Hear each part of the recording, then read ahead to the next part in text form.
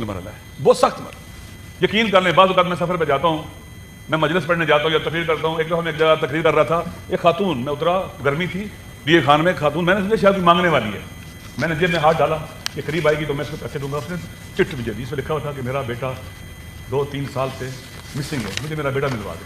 بوڑھی خاتون.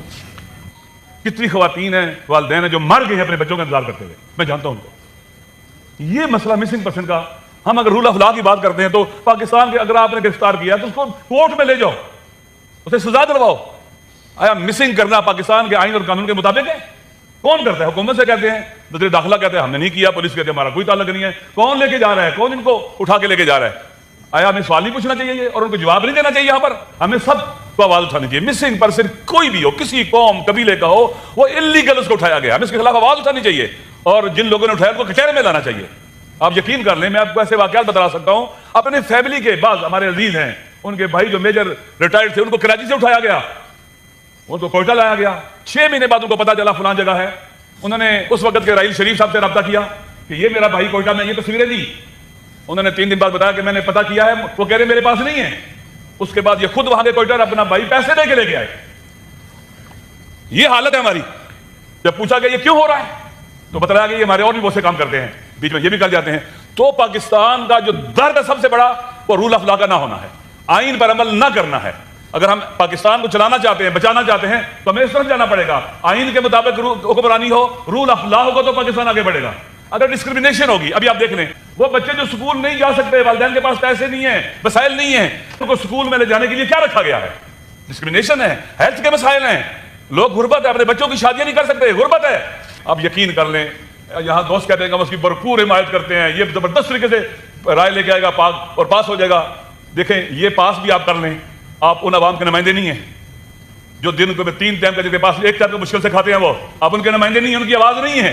اگر آپ مظلوموں اور محروموں کی آواز نہیں ہے تو یہ کوئی ایلیٹ اور اشرافیہ کے لیے نہیں بنایا گیا سینٹ اور پارلیمنٹ, یہ پاکستان کے عوام کے لیے بنایا گیا ہے. اس میں رکھا گیا کہ پاکستان کے عوام کے الیکٹڈ نمائندے یہاں آئیں گے. عوام کے اگر نمائندے ہوں گے تو عوام کا درد ان کے اندر موجود ہوگا. آج آپ دیکھ لیں ہم نے کیا پالا, یہ پھوڑے ہیں جو سوات میں ہوا, ایک بے گناہ آدمی کو قتل کیا گیا. قرآن کہتے ہیں من قتل نفسا بغیر نفس فساد فی الارض فکانما قتل الناس جميعا. ایک بے گناہ کو جس نے قتل کیا اس نے تمام انسانوں کو قتل کیا. جب سوات میں ایک بندہ قتل کیا گیا, اس دن 8 ارب انسان قتل ہوئے خدا کی نگاہ میں, سارے مارے گئے ہیں. یہ جو پھوڑے ہیں, یہ بددماغ پھوڑے, کینسر ہے ہمارے معاشرے کا, ہماری سوسائٹی کا. اس کے خلاف کیوں نہیں ہم بولتے, کیوں نہیں اٹھتے اس کے خلاف؟ ایک بے گناہ مرتا ہے, خدا کہتا ہے کہ سارے انسان مر گئے ہیں. کس نے حق دیا کہ خود مدعی ہوں, خود گرفتار کریں, خود قاضی بنے اور خود پھر پنش کریں, سزا دے, اس کو جلا ڈالیں؟ عوام کے دکھ درد بڑھیں گے, مشکلات بڑھیں گی, مصیبتیں بڑھیں گی, اور 24-25 کروڑ عوام میں سے اور لوگ غربت کی لکیر کے نیچے چلے جائیں گے. خود پاکستان بہت اہم ہے, اسٹریٹجیکلی بہت اہم ہے, بہت ویلیو ہے, قدر و قیمت ہے اس کی, ہمیں سمجھنا چاہیے. اور پاکستان کو ایشین کنٹریز کی طرف جانا چاہیے, زیادہ اچھے ریلیشن قائم کرنے چاہیے, معاشی تعلقات, اقتصادی تعلقات ایشین اور ہمسایہ ممالک جہاں کنٹریز کے ساتھ بڑھانے چاہیے. یورپ کے ساتھ آپ سارا کسی ٹائم سینکشن لگائیں گے آپ کے اوپر اور ہر چیز آپ کی خراب کر دیں گے, اپنے آپ کو ان بیلنس نہ ہونے دیں. لہٰذا ہمیں چاہیے کہ لک ٹو دیس جسے کہتے ہیں, ایشیا کی طرف نگاہ رکھیں. شکریہ جی. کنٹری کے ساتھ خارجہ روابط ہوں, ساتھی روابط, ان کو بڑھایا جائے. افغانستان کے ساتھ, سینٹرل ایشیا کے ساتھ, ایران کے ساتھ, ترکی کے ساتھ, اور اسی طرح چائنا کے ساتھ, فار ایسٹ کنٹریز کے ساتھ ہمارے اچھے ریلیشن ہونے چاہیے اقتصادی. مجھے نہیں نظر آیا کہ پاکستان نے فیوچر میں اکنامکلی مشکلات سے نکلنے کے لیے کیا لایا, عمل دیا, کیا راستہ دکھلایا سوائے IMF کے. ہمیں نکلنا ہوگا اس راستے سے, آگے بڑھنا ہوگا تاکہ ہمارا وطن ان مشکلات سے نکلے, وگرنہ IMF آپ کو نہیں بچا سکتا. IMF دیکھیں کتنی مہنگائی ہوگی ہے, مزید مشکلات کھڑی کر رہے ہیں آپ. لہٰذا ہمیں اور راستے ڈھونڈنے چاہیے. آپ کو اگر نہیں ڈھونڈیں گے تو میرے خیال میں آپ بند ہو جائیں گے اور ارریلیونٹ ہو جائیں گے. بدلتے ہوئے حالات ہیں جو دنیا کے, اور ایک پاکستان جیسا ایٹمی ملک, اسٹریٹجیکلی عام جگہ پر واقع 25-26 کروڑ عوام کا ایٹمی ملک اگر ارریلیونٹ ہو جائے, بہت خطرناک ہے, یہ بہت خطرناک ہے. اس لیے میری گزارش ہے کہ پاکستان کی خارجہ پالیسی میں تبدیلی لائیں. اگر ہم ایسے ہی رہیں گے, بیٹھے رہیں گے, ایک وزیر خزانہ صاحب آئیں گے, آپ جتنے زبردستی ٹیکس لگائیں, لوگ آپ کو اس طرح کے ظالمانہ ٹیکس نہیں دیں گے, لوگ بغاوت کریں گے, لوگ اس قانونیت پھیلے گی. قانون وہ ہوتا ہے جو سموتھلی موو کرے. ایسا قانون اگر بنائیں گے جو سموتھلی موو نہیں کرتا, سوسائٹی کو نہیں چلنے دیتا, لوگ قانون توڑ دیتے ہیں. اور میرے خیال میں یہ بھی بڑا المیہ ہوگا. امید ہے خدا متعال ہمارے وطن کو ایک دن ضرور ان مشکلات سے نکالے گا, اور یہاں خدا ہمارے وطن کو ایسے حکمران دے گا جو عادل حکمران ہوں گے, عوام کا درد رکھنے والے حکمران ہوں گے. اور میرا سلام ہے چمن کے مظلوموں پر, جو وہاں بیٹھے ہوئے ہیں اپنے حقوق کے لیے پرامن بیٹھے ہوئے ہیں، اور ہم ان کے ساتھ ہیں، ان کا ساتھ دینا چاہیے. ان کے حقوق جینون ہیں اور وہ پاکستان کی سرحدوں کے محافظ ہیں. ہمیں ان کو اس طرح سے ڈیگریڈ نہیں کرنا چاہیے، لا تعلق نہیں ہونا چاہیے. ان کی بات سننی چاہیے اور مسائل کو حل کرنا چاہیے.